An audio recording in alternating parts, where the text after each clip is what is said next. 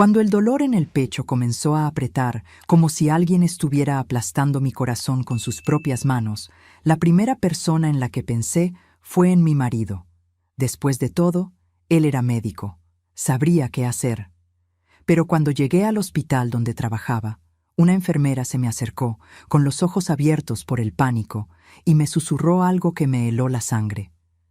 Cuando el doctor entre, no diga su nombre verdadero.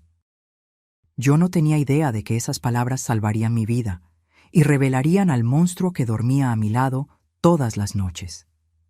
Pero antes de continuar, verifica si ya estás suscrito al canal y escribe en los comentarios: ¿de dónde estás viendo este video? Nos encanta saber hasta dónde están llegando nuestras historias. El dolor comenzó durante la cena. No fue gradual, no fue una molestia que fue creciendo poco a poco. Fue como si alguien me hubiera golpeado el pecho con un martillo invisible, sacando todo el aire de mis pulmones de golpe. Dejé caer el tenedor en el plato y el ruido resonó en la cocina vacía. Mi marido, Ricardo, estaba de guardia de nuevo. Siempre era así. Vivía en el hospital y yo vivía sola en esa casa enorme que heredé de mis padres. Intenté respirar profundamente, pero el dolor solo empeoraba. Mi visión comenzó a nublarse y el mundo a mi alrededor empezó a girar. Me agarré a la mesa, intentando estabilizarme, pero mis piernas parecían de gelatina. Necesitaba ayuda, necesitaba a Ricardo. Con las manos temblando tanto que apenas podía sostener el celular, intenté llamarle. 1 vez, 2 veces, 3 veces. Nada. Directo al buzón de voz. Esa voz automática y fría informándome que el número no estaba disponible. No era la primera vez que sucedía. Ricardo siempre decía que era imposible contestar el teléfono cuando estaba atendiendo pacientes. Pero en ese momento, con mi vida pareciendo escaparse entre mis dedos, cada segundo de silencio al otro lado de la línea parecía una eternidad. No podía esperar. El dolor estaba aumentando, extendiéndose por mi brazo izquierdo, subiendo por el cuello. Yo sabía que aquello no era normal. Tomé mi bolso, me arrastré hasta la puerta y pedí un taxi por la aplicación. Mis manos sudaban tanto que tuve que intentarlo 3 veces antes de lograr confirmar la dirección. Hospital Ángeles del Pedregal. El lugar donde trabajaba mi marido, donde estaría segura. El viaje fue una pesadilla. Cada tope, cada frenada brusca, cada curva cerrada parecía amplificar el dolor.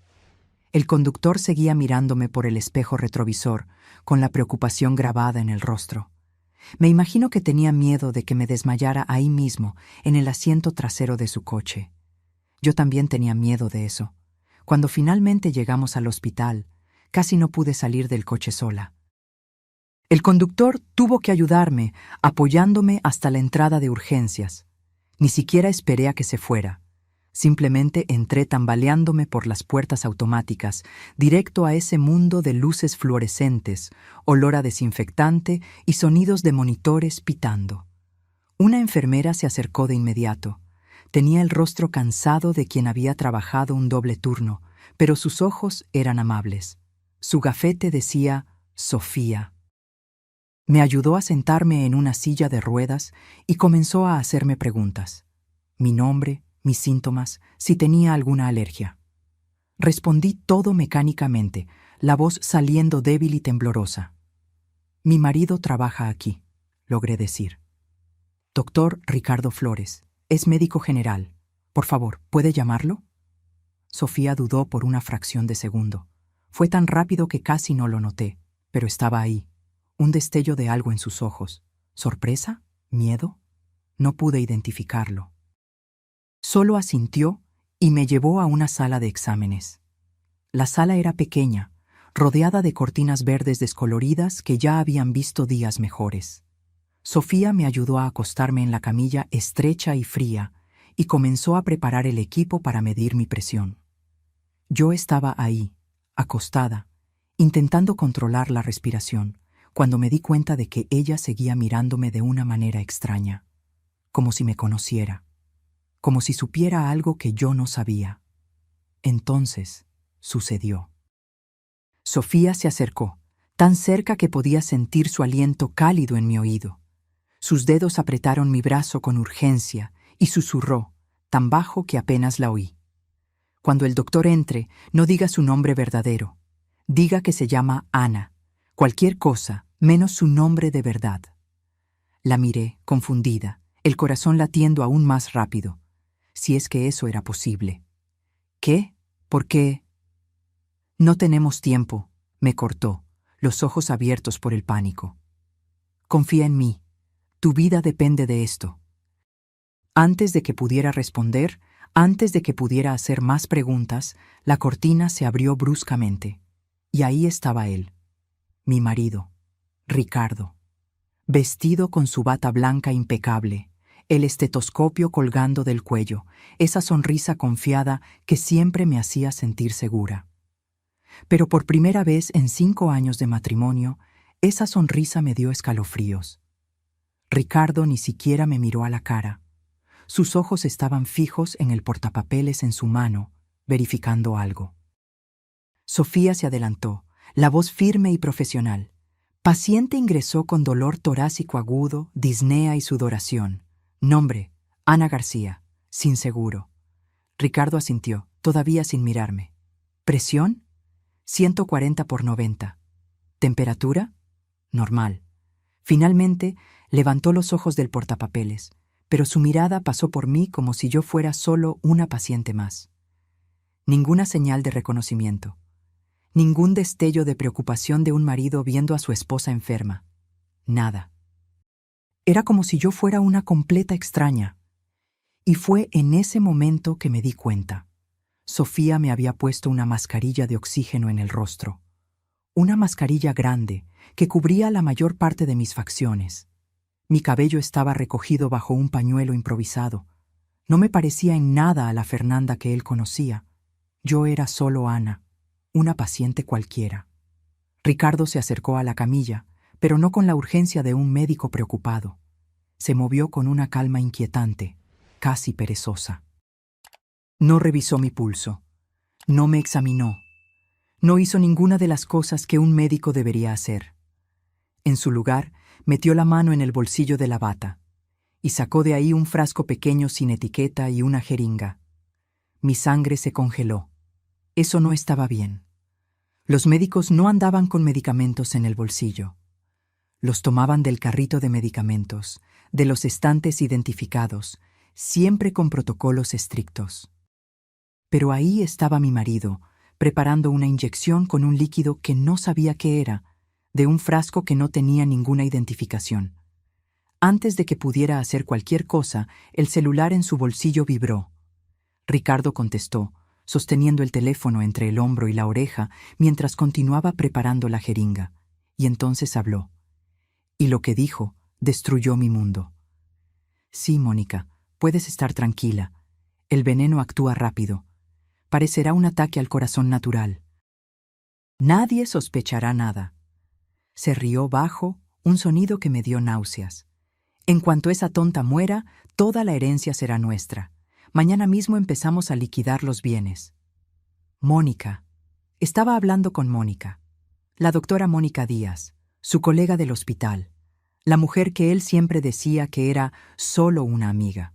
La mujer que yo había invitado a nuestro último aniversario de bodas, que había apretado mi mano y me había llamado afortunada por tener un marido tan dedicado.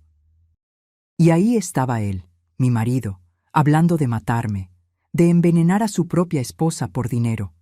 La herencia de mis padres. Era eso lo que quería. Los inmuebles, las acciones, las cuentas bancarias. Todo lo que mis padres habían construido durante toda una vida y me habían dejado a mí. Ricardo había planeado todo. Casarse conmigo, ganarse mi confianza, esperar el momento justo. Y ese momento era ahora. Lágrimas calientes comenzaron a escurrir por mi rostro, mojando la mascarilla de oxígeno. Quería gritar, quería saltar de la camilla y correr, pero mi cuerpo estaba paralizado. No solo por el dolor físico, sino por el shock absoluto de lo que estaba descubriendo. Ricardo colgó el teléfono y se acercó al suero que Sofía había preparado. Con movimientos precisos y fríos, insertó la aguja en el tubo inyectando ese líquido transparente que debería ser mi sentencia de muerte. «Deje descansar a la paciente», le dijo a Sofía sin ninguna emoción en la voz. «No permita visitas. Vuelvo en 10 minutos para constatar el deceso». Y entonces salió. Simplemente salió, como si acabara de recetar un analgésico común para un dolor de cabeza, como si no acabara de inyectar veneno a la esposa que juró amar y proteger. Tan pronto como la cortina se cerró tras él, Sofía se movió con una velocidad impresionante. Me arrancó el catéter del brazo, interrumpiendo el flujo del suero envenenado. Mi mano sangraba un poco, pero ella rápidamente lo detuvo con un algodón.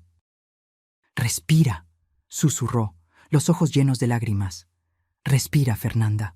Vas a estar bien. Cambié el veneno por un sedante ligero antes de que él entrara. Lo que inyectó no te va a matar». La miré sin poder procesar. «¿Cómo sabías?» Sofía me agarró la mano con fuerza. «Tu papá le salvó la vida a mi hija hace 3 años. Pagó la cirugía cardíaca cuando yo no tenía dinero. Nunca olvidé su rostro, y tú eres idéntica a tu mamá». Se secó sus propias lágrimas. Yo ya sospechaba del doctor. Ricardo, desde hace semanas. Oí conversaciones de él con la doctora Mónica en los pasillos, sobre deshacerse de su esposa, sobre la herencia. Cuando ingresaste y vi tu nombre en la pulsera, supe que era hoy, que hoy iba a intentar matarte. Yo estaba en shock, pero Sofía no tenía tiempo para dejarme procesar. Me jaló de la camilla con urgencia, sus dedos finos pero fuertes agarrando mi brazo. «Tenemos que actuar rápido», susurró, mirando nerviosamente hacia la cortina. «Ricardo volverá en 10 minutos esperando encontrarte muerta. Necesitamos hacer que crea que lo logró».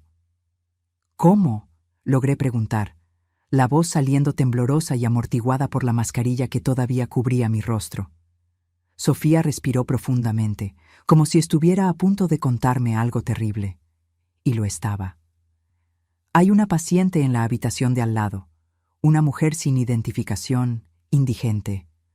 Falleció hace unos 15 minutos por complicaciones de una enfermedad crónica. Su edad es parecida a la tuya, y el cuerpo todavía está caliente». Tardé unos segundos en entender lo que estaba sugiriendo. Cuando lo entendí, sentí que se me revolvía el estómago. «¿Quieres intercambiar nuestra identidad?» «Es la única forma», dijo Sofía, firme. «Yo te pongo su pulsera y la tuya a ella. Ricardo examinará el cuerpo, declarará el deceso y nunca se dará cuenta de la diferencia. Ni siquiera mirará bien la cara. Él cree que ya moriste». Era una locura. Era macabro. Pero era mi única oportunidad de sobrevivir. «¿Y después?», pregunté. «Después de que declare que morí, ¿qué pasa?» «Te vas de aquí, ahora, por la puerta de atrás del hospital». Sofía ya me estaba jalando fuera de la sala. «Hay una salida que da al área de descarte de basura y a la cocina comunitaria. Nadie pasa por ahí de noche, y no hay cámaras funcionando en esa parte. Sales, tomas un taxi que ya voy a pedir y desapareces». «¿Pero a dónde voy?» «A mi casa. Es pequeña, pero es segura. Te quedas ahí hasta que yo llegue y veamos qué hacer». Todo estaba sucediendo demasiado rápido.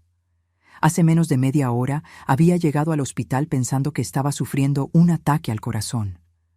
Ahora estaba descubriendo que mi marido había intentado asesinarme y que necesitaba fingir mi propia muerte para sobrevivir. Sofía me llevó rápidamente a la habitación de al lado.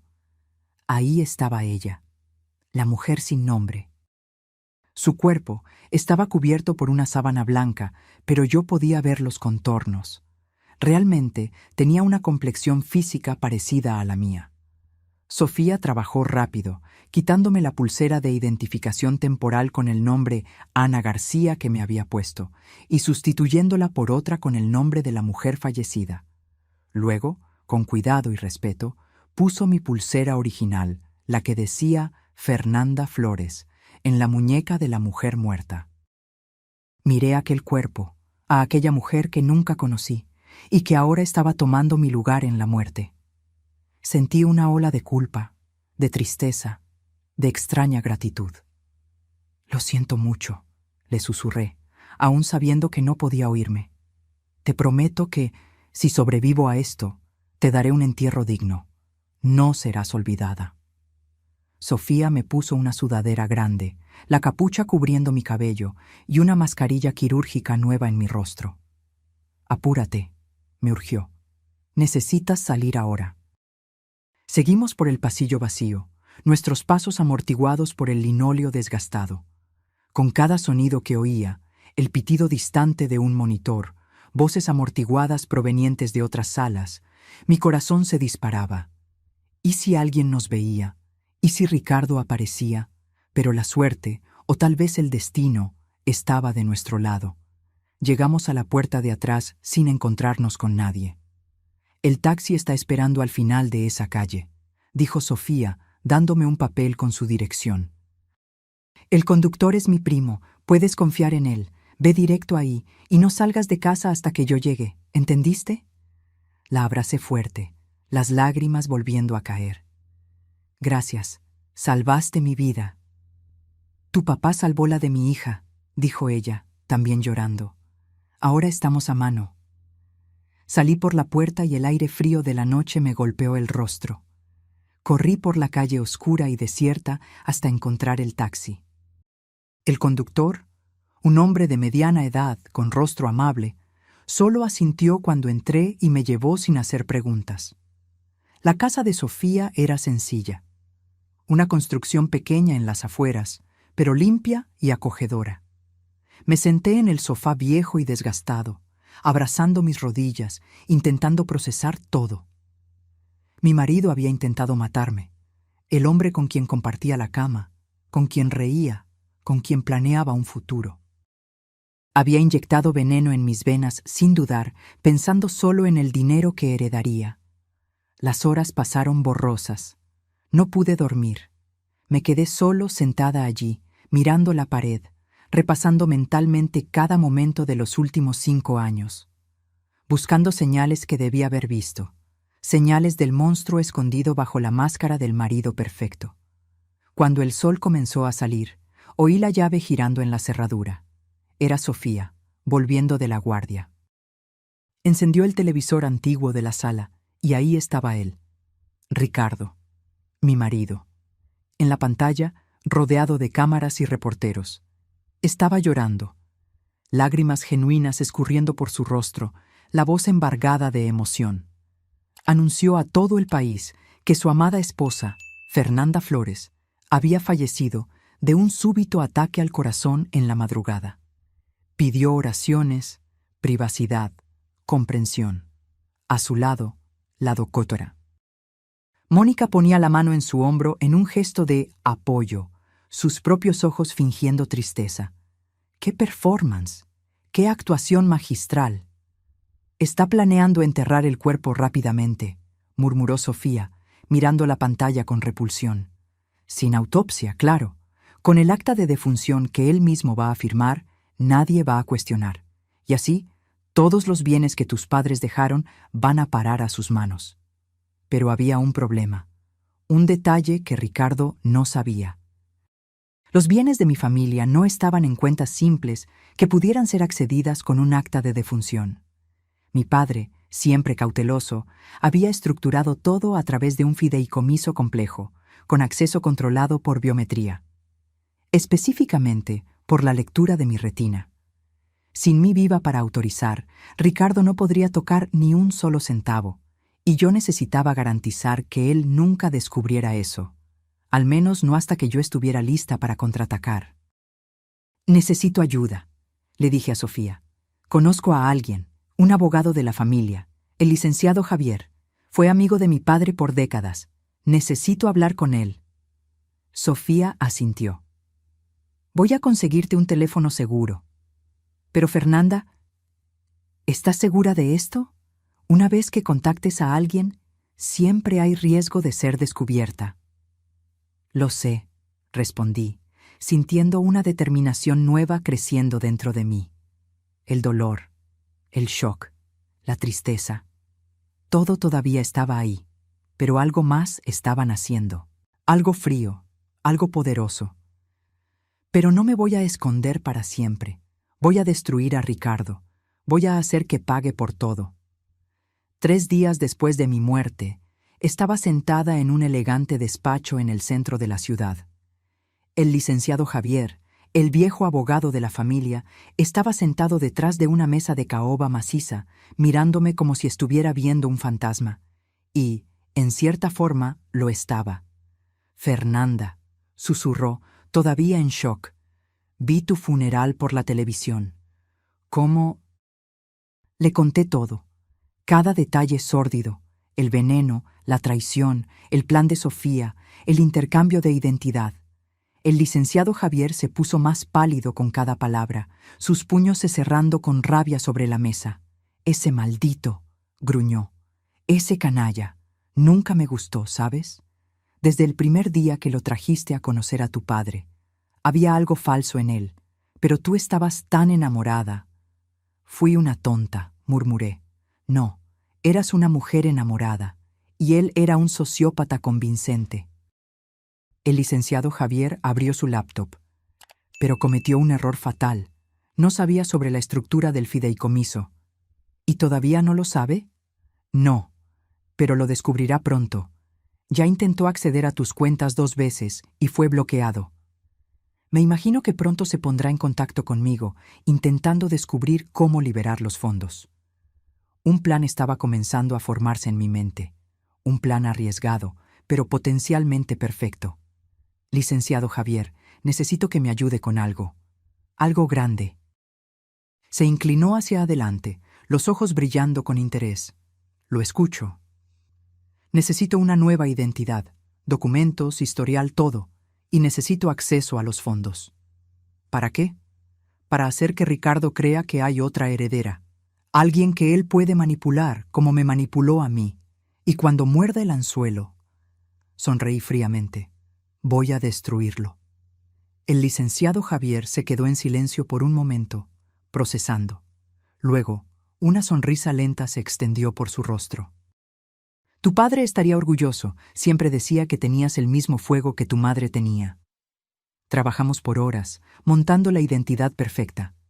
Yo sería Isabel Torres, una empresaria exitosa de Monterrey que había hecho fortuna en el mercado financiero. Sofisticada, poderosa, rica. Exactamente el tipo de mujer que alguien como Ricardo adoraría seducir. «Pero hay otra cosa», dijo el licenciado Javier, serio. «Para que esto funcione, necesitas cambiar completamente. No solo el nombre, sino la apariencia, la forma de hablar, todo. Ricardo no puede reconocerte de ninguna manera». Tenía razón. En los días siguientes pasé por una transformación completa.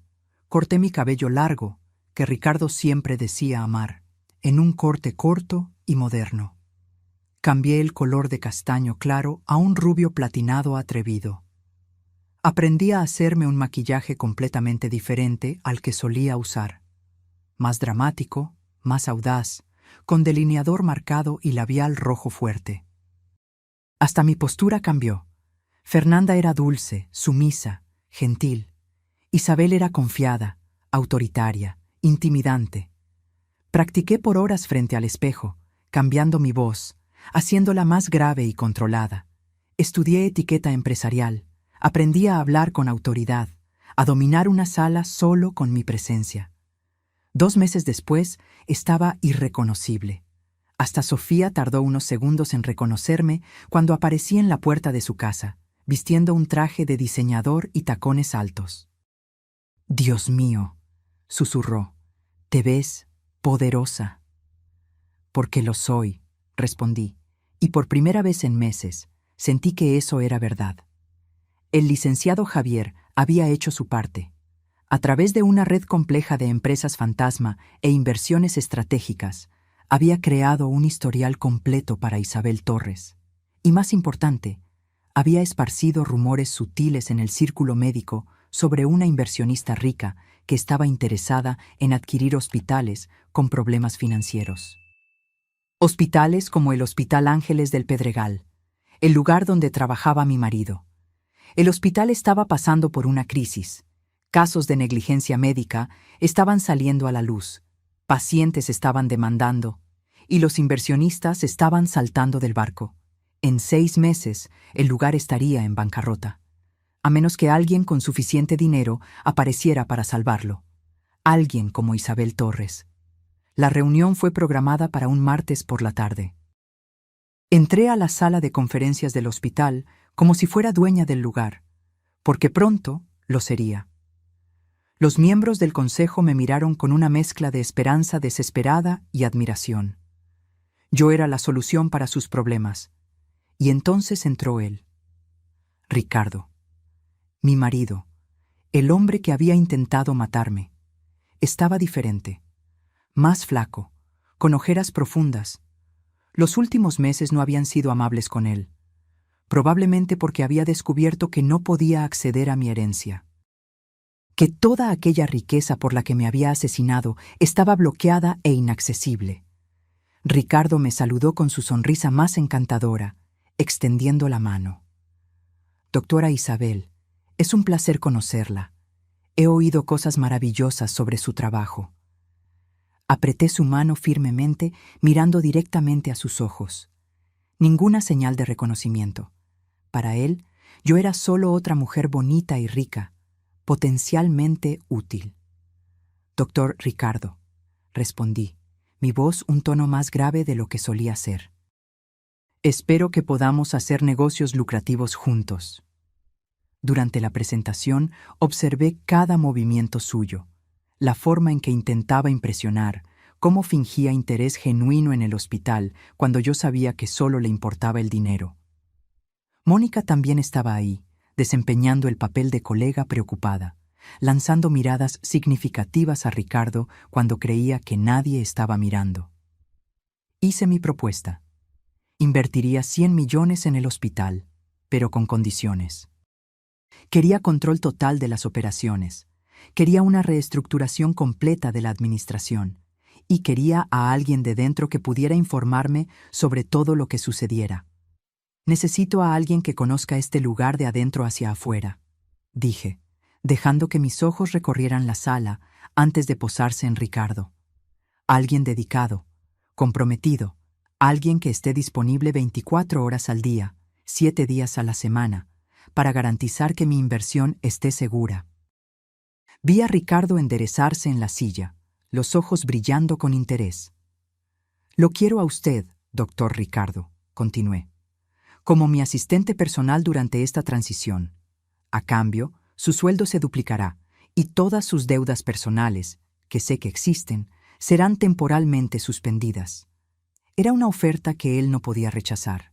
Y más importante, era una trampa que él no veía. Ricardo aceptó inmediatamente, sin siquiera consultar a Mónica. Vi la expresión de ella cambiar, un destello de celos, de inseguridad. Perfecto. Ya estaba plantando las semillas de la discordia entre ellos. «Excelente», dije, sonriendo fríamente. «Entonces comenzamos mañana. Y doctor Ricardo, no me decepcione». Cuando la reunión terminó y todos salieron, me quedé sola en la sala por un momento. Miré por la ventana hacia la ciudad allá abajo, hacia el mundo que seguía girando, ajeno al drama que estaba a punto de desatarse. Ricardo creía que había encontrado a su próxima víctima, una mujer rica y poderosa que él podría manipular, seducir y eventualmente robar. Pero él no sabía que la víctima era el depredador, y que el juego que él creía que estaba comenzando ya había sido ganado por mí. Los primeros días como jefa de Ricardo fueron deliciosos de una manera sádica. Yo lo hacía correr de un lado a otro del hospital, buscando documentos triviales, verificando existencias, permaneciendo de pie durante reuniones largas mientras yo me sentaba cómodamente. Pequeñas humillaciones que se iban acumulando. Pero la verdadera tortura era psicológica. Instalé cámaras ocultas en su oficina, en el vestuario, incluso en su coche. Con la ayuda de Sofía y de un técnico de confianza del licenciado Javier, transformé la vida de Ricardo en un reality show particular. Y lo que vi me dio aún más munición. Ricardo y Mónica discutían constantemente. El dinero que esperaban nunca había llegado, y la tensión estaba destruyendo su relación. Él la culpaba por haberlo convencido de matar a su esposa.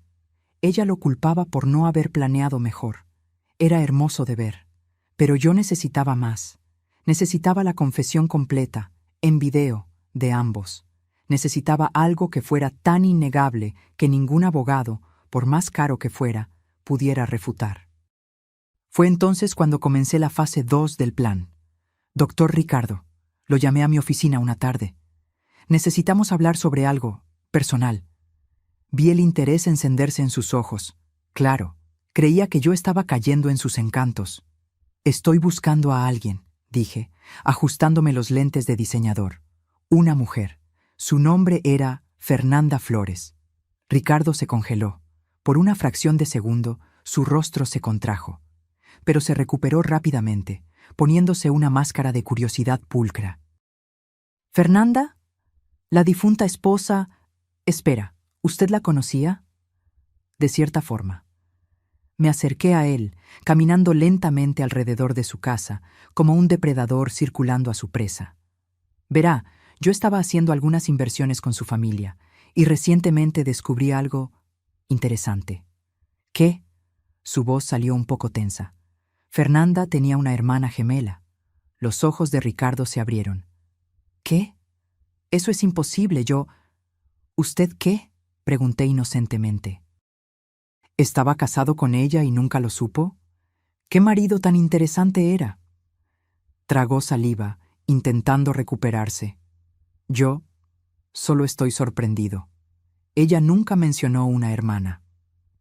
Porque la familia lo ocultó. Cuestiones de herencia, ya sabe cómo es. Me senté en el borde de la mesa, cruzando las piernas. La hermana gemela de Fernanda, Regina, está volviendo a la ciudad y tiene la otra mitad de la llave para acceder a la fortuna familiar. Vi la avaricia encenderse en sus ojos. Era casi palpable. Verá, continué. El fideicomiso familiar exigía acceso biométrico de ambas hijas. Fernanda tenía una mitad y su hermana gemela la otra. Ahora que Fernanda está... muerta. Hice una pausa, observándolo retorcerse. La hermana puede reclamar todo. Miles de millones, doctor Ricardo. Estamos hablando de miles de millones. ¿Y por qué me está contando esto?, preguntó, intentando sonar casual, pero fallando miserablemente. Porque la hermana gemela es ingenua, frágil, exactamente como lo era Fernanda. Fácil de influenciar. Sonreí. Y pensé que tal vez usted, con su experiencia en ganarse la confianza de las mujeres de la familia Flores, podría ayudarme. Era un anzuelo tan obvio, tan transparente, pero la avaricia vuelve estúpida a la gente. Y Ricardo mordió. ¿Cuándo llega?, preguntó, los ojos brillantes. En 2 semanas. Se hospedará en el Hotel Presidente Intercontinental, habitación 805. Pensé que le gustaría saber. Ricardo apenas pudo ocultar su entusiasmo. Tan pronto como salió de mi oficina, probablemente ya estaba planeando cómo seducir a la hermana gemela imaginaria. Pero había un problema con su plan. La hermana gemela no existía. ¿Y la habitación 805 del hotel?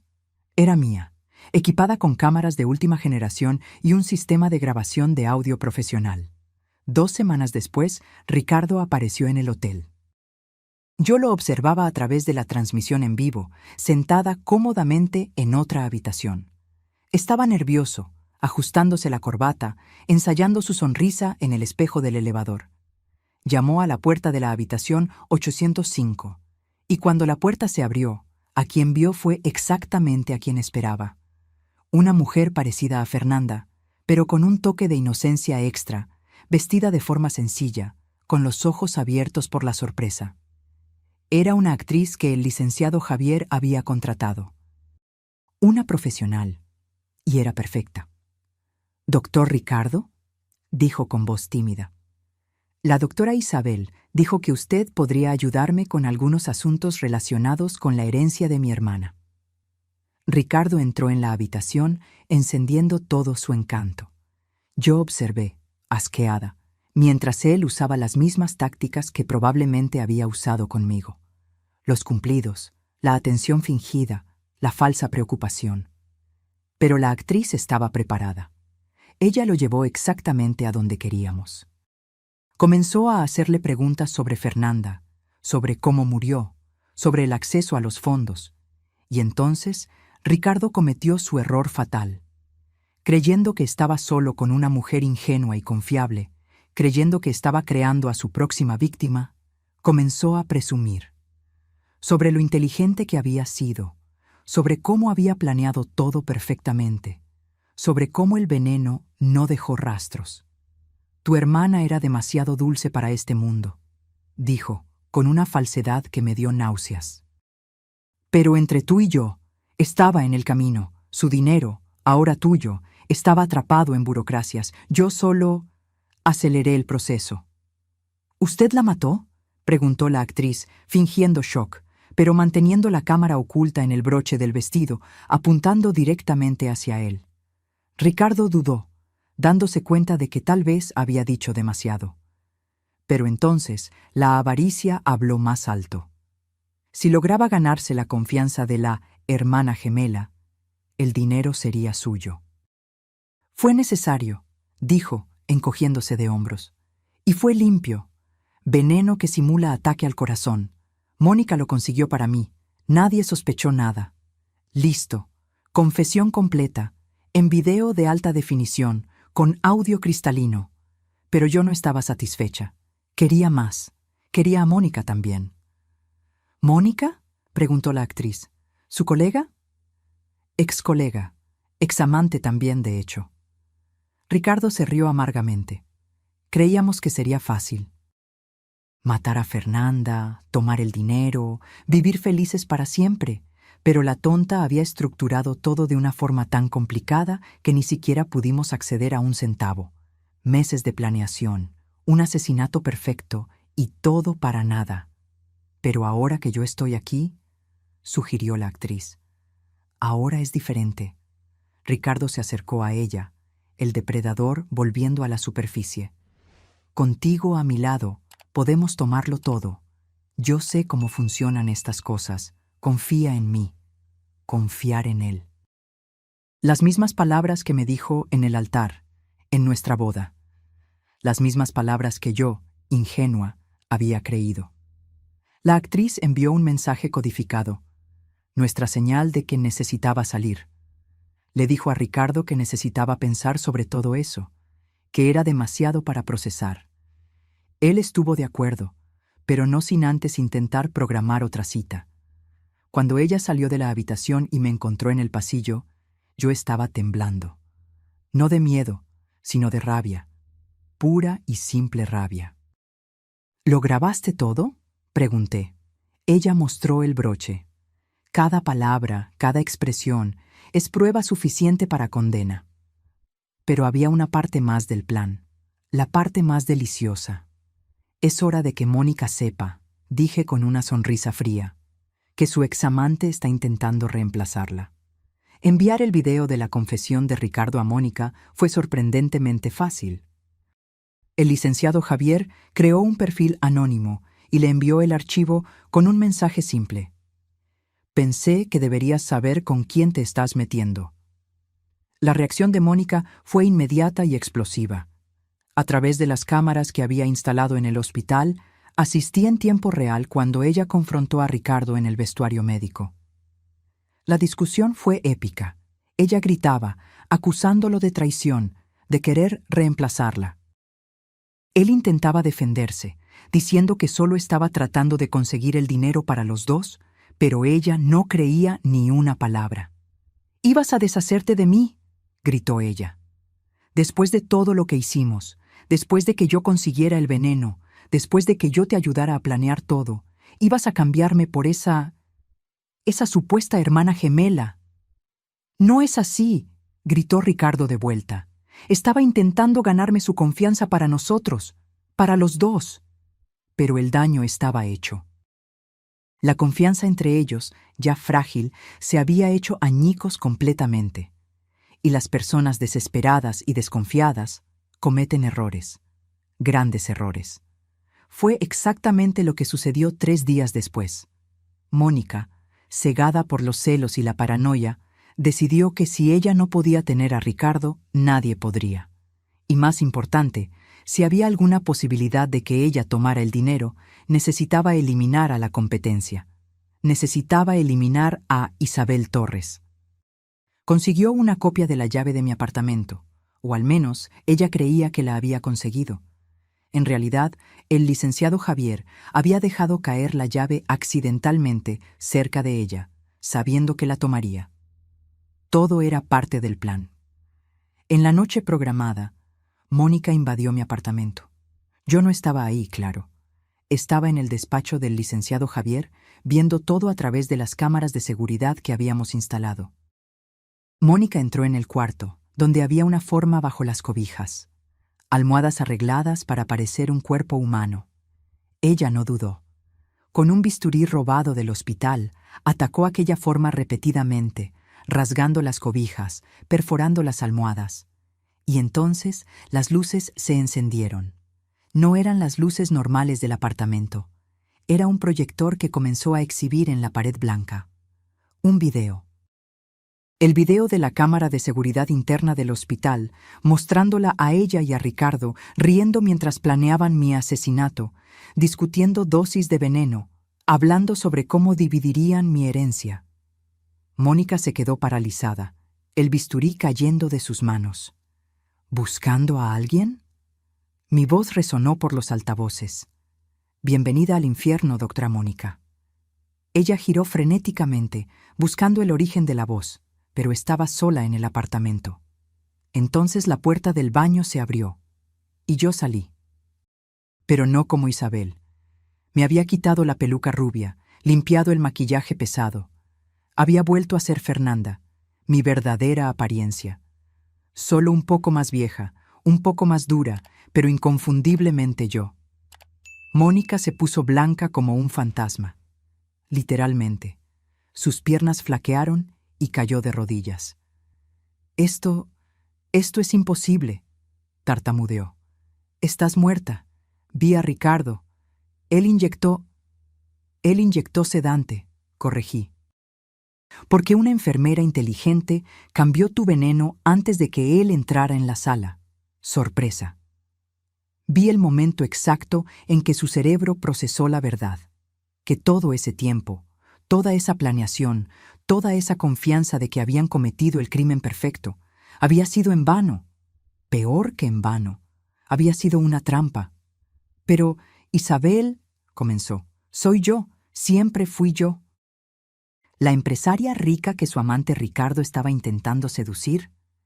Era su víctima de asesinato, volviendo para atormentarlos. Mónica comenzó a llorar, la realidad de lo que había hecho, tanto el intento de asesinato como su ataque reciente, golpeándola con toda su fuerza. Intentó arrastrarse hacia la puerta, pero yo ya había puesto seguro. No, dije con calma, no te vas, no hasta que llegue la policía. Lo que debe ser en aproximadamente... Miré el reloj. 3 minutos. El licenciado Javier los llamó tan pronto como invadiste el apartamento, y van a encontrar un banquete de evidencia. El bisturí en tus manos, el video de la cámara de seguridad mostrándote atacando lo que creías que era mi cuerpo. Y claro, las grabaciones de tus conversaciones con Ricardo planeando mi asesinato. Por favor, suplicó. Por favor, Fernanda. Yo lo siento mucho. Todo fue culpa de Ricardo. Él me convenció. Él... No, corté. No le eches la culpa a él. Eres tan culpable como él. Tú conseguiste el veneno, tú planeaste conmigo. Te reíste cuando pensaste que yo estaba muerta. Y acabas de intentar matarme de nuevo, incluso sin saber que era yo. El sonido de sirenas acercándose llenó el aire. Mónica se cubrió el rostro con las manos, sollozando incontrolablemente.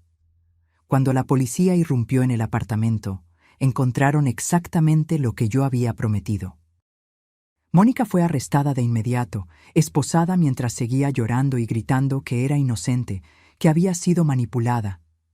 Pero las evidencias no mentían. La detención de Mónica fue titular en todos los periódicos. Médica arrestada por intento de homicidio, gritaban las portadas. Pero lo mejor todavía estaba por venir, porque Ricardo todavía no sabía nada. Él se enteró de la detención de Mónica por la televisión al día siguiente. Yo estaba en mi oficina cuando él entró, frenético, el rostro pálido. «Doctora Isabel, ¿vio? Mónica fue arrestada. Ella intentó matar a alguien». «Sí, lo vi», respondí con calma, continuando con la revisión de los papeles en mi mesa. «Muy trágico. No entiendo. ¿Por qué haría eso? ¿A quién intentó matar?» Levanté mis ojos lentamente para encararlo. «A mí». Ricardo parpadeó, confundido. «¿Qué?» «Invadió mi apartamento con un bisturí, pretendiendo asesinarme». Algo sobre celos y dinero, por lo que la policía descubrió. Me incliné hacia adelante. «Parece que ella tenía un flechazo por usted, doctor Ricardo, y no le gustó la idea de que usted sedujera a otras mujeres». Vi el pánico creciendo en sus ojos. Estaba comenzando a conectar los puntos, dándose cuenta de que el cerco se estaba cerrando. Yo no sabía», tartamudeó. «Está loca, completamente loca. Apenas la conocía, éramos solo colegas». «Mentiroso». La palabra salió como un latigazo. Ricardo se congeló. «¿Cree que no lo sé?», continué, mi voz volviéndose cada vez más fría. «¿Cree que no descubrí todo? ¿El amorío, el plan, el veneno?» «No sé de qué me está hablando». «Fernanda Flores». Dejé que el nombre flotara en el aire entre nosotros. «Su esposa, la mujer que usted asesinó por dinero». Ricardo se puso blanco. «¿Cómo usted? ¿Quién le dijo?» «Nadie tuvo que decirme». Me levanté, caminando lentamente alrededor de la mesa en dirección a él. «Porque yo soy Fernanda». Vi el momento exacto en que él entendió. El shock, el horror, la incredulidad, todo pasando por su rostro en rápida sucesión. Sus piernas cedieron y cayó en la silla detrás de él. «Esto es imposible», susurró. «Estás muerta. Yo vi el cuerpo». «No era mi cuerpo», dije simplemente. Era el de una mujer que realmente murió esa noche. Una mujer a quien di un entierro digno después, cumpliendo la promesa que le hice. Pero usted nunca verificó bien, ¿verdad? Tan confiado en su plan perfecto, tan ansioso por poner sus manos en el dinero, que ni siquiera miró bien la cara. Ricardo comenzó a hiperventilar. Pero Isabel, nunca existió. Era solo yo, todo el tiempo, observándolo, manipulándolo, haciendo que se enterrara cada vez más hondo. Me quité mis lentes de diseñador, limpié el maquillaje pesado con un pañuelo, quité la peluca rubia. ¿Me reconoce ahora? Él me miró fijamente y yo vi el reconocimiento final suceder. Su esposa, la mujer que había jurado amar, la mujer que él había intentado matar. ¿Por qué?, logró preguntar, la voz quebrándose. ¿Por qué hacer todo esto? Podrías haber ido directo a la policía. ¿Y dejarlo escapar con una sentencia leve? Alegando que fue crimen pasional, que Mónica lo manipuló, que usted estaba arrepentido. Me reí fríamente. No. Yo quería que sintiera cada momento de lo que yo sentí. La traición, el miedo, la humillación. Quería que usted supiera lo que es ser usado, manipulado, desechado. Fernanda, por favor, no me llame así. Mi voz era hielo puro. Usted perdió el derecho de decir mi nombre cuando inyectó veneno en mis venas. La puerta de la oficina se abrió. El licenciado Javier entró, seguido por 2 policías. «Doctor». «Ricardo Flores», dijo uno de los policías, «queda usted arrestado por el intento de homicidio de Fernanda Flores, por falsificación de acta de defunción, por fraude y por abuso de autoridad médica». Ricardo intentó correr, pero no había a dónde ir. Los policías lo esposaron rápidamente, leyendo sus derechos mientras él gritaba que era inocente, que todo era un malentendido. Pero entonces el licenciado Javier puso una tablet frente a él. Tal vez esto ayude a refrescar su memoria. Era el video. El video de él confesando todo a la actriz que él creía que era mi hermana gemela. Su voz clara como el cristal, admitiendo el asesinato, hablando sobre el veneno, sobre el plan con Mónica. Todo el color drenó del rostro de Ricardo. Ustedes me tendieron una trampa. Le dimos cuerda, corregí, y usted se ahorcó solo. Mientras los policías se lo llevaban, Ricardo giró la cabeza una última vez, mirándome con una mezcla de odio y desesperación. Se va a arrepentir de esto. Voy a probar mi inocencia. Va a pasar los próximos 22 años en la cárcel, interrumpí, si tiene suerte. Porque intento de homicidio de cónyuge, premeditado, con uso de sustancias tóxicas. Al juez le encantará este caso. Y fue arrastrado hacia afuera, sus gritos de protesta resonando por los pasillos. Me quedé sola en la oficina, las manos temblando ligeramente. No de miedo, no de tristeza, sino de puro alivio. Finalmente había terminado. El licenciado Javier puso la mano en mi hombro. Tu padre estaría orgulloso. Lo sé, susurré, sintiendo lágrimas finalmente brotar. Pero no eran lágrimas de dolor, eran de liberación. El juicio fue rápido, con todas las evidencias que habíamos reunido, los videos, las grabaciones de audio, los registros bancarios mostrando las transacciones sospechosas, el testimonio de Sofía sobre el cambio del veneno. Ricardo y Mónica no tenían defensa. Sus abogados intentaron de todo. Alegaron que los videos eran fabricados, que yo los había manipulado, que todo era una trampa elaborada. Pero la pericia técnica probó que cada grabación era auténtica, cada palabra, cada confesión era real. Me senté en la primera fila del tribunal todos los días, observando a Ricardo retorcerse en el banquillo de los acusados. Evitaba mi mirada, incapaz de encarar a la mujer que había intentado asesinar y que ahora lo estaba destruyendo. Mónica estaba en un estado aún peor. Su abogado había solicitado una evaluación psiquiátrica, alegando que estaba teniendo un colapso mental. Y lo estaba. Durante una de las audiencias comenzó a reír histéricamente, luego a llorar, sin poder parar. Fue retirada de la sala, sedada. Cuando llegó el momento de los veredictos, el juez leyó cada acusación con voz firme y grave. Culpable, culpable, culpable. Cada palabra era como música para mis oídos.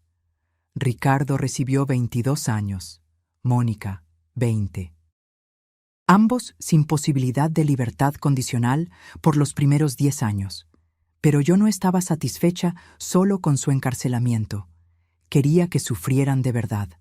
A través del licenciado Javier, usé mi influencia y dinero para garantizar que Ricardo fuera enviado a una de las peores cárceles del país. No una prisión común, sino una para criminales violentos, donde un exmédico respetado sería visto como débil, privilegiado, un blanco fácil. Y para asegurarme de que nunca olvidara lo que había hecho, dispuse que copias del video de su confesión fueran accidentalmente filtradas dentro de la prisión. Todos los reclusos sabían exactamente quién era y lo que había intentado hacer. Mónica fue a la sala psiquiátrica de la prisión femenil, no por bondad, sino porque sabía que ahí ella tendría que enfrentar su propia mente rota todos los días, sin escapatoria. 3 meses después del juicio, hice una visita a Ricardo. La prisión era todo lo que esperaba. Paredes de cemento gris, el olor a humedad y desesperación, el sonido constante de puertas de metal golpeando. Ricardo fue traído a la sala de visitas luciendo irreconocible. Había perdido unos 20 kilos. El rostro estaba flaco y marcado. El cabello estaba comenzando a encanecer. Sus ojos, antes tan llenos de confianza y encanto, estaban hundidos y vacíos. Cuando me vio, se lanzó contra el vidrio que nos separaba, lágrimas escurriendo por su rostro. Fernanda, por favor, tienes que sacarme de aquí, no aguanto más.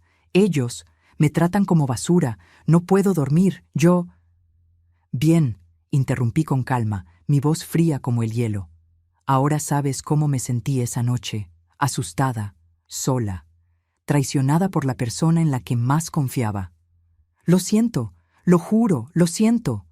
Fue un error, fue la avaricia, no estaba pensando bien.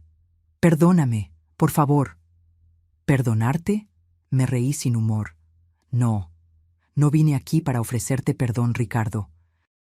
Vine para darte esto. Saqué de mi bolso un papel cuidadosamente doblado y lo presioné contra el vidrio. Era una cuenta, una lista detallada de todos los costos financieros, emocionales y psicológicos que él me causó durante nuestro matrimonio y con su intento de asesinato. Esto es lo que me debes, expliqué. Cada comida que te pagué, cada cuenta que cubrí, cada terapia que necesité tomar para superar el trauma. Sumando todo, incluyendo intereses y compensación por daños morales, da unos 3.000 millones. Sus ojos se abrieron en shock. Obviamente no tienes cómo pagar, así que pagarás de otra forma. Con cada día que pases en esa celda, con cada momento de sufrimiento, considéralo como un abono de tu deuda conmigo. Eres un monstruo, susurró. No, corregí. Tú eres el monstruo. Yo soy solo la consecuencia.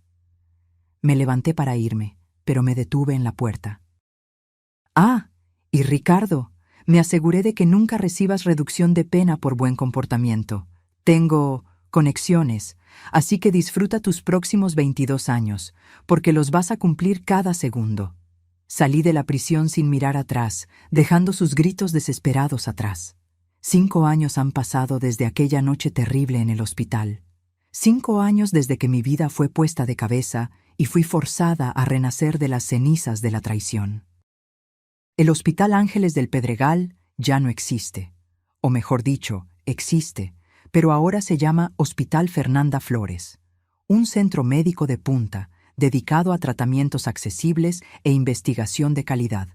Uso la fortuna que mis padres me dejaron para hacer la diferencia, para garantizar que otras personas no sufran negligencia médica como la que casi me mata. Sofía es la directora de operaciones, mi mano derecha en todo. Le dimos becas a su hija, que ahora se está graduando en medicina. Quiere ser cardióloga, para ayudar a otros como ella fue ayudada. En cuanto a la mujer sin hogar que salvó mi vida al tomar mi lugar en la muerte, cumplí mi promesa. Le di un entierro digno, con flores, música y una lápida bonita en el cementerio municipal. Su nombre, que descubrí después a través de investigación, era Rosa. Y cada año, en el aniversario de aquella noche, visito su tumba y doy las gracias. Ricardo sigue en la cárcel.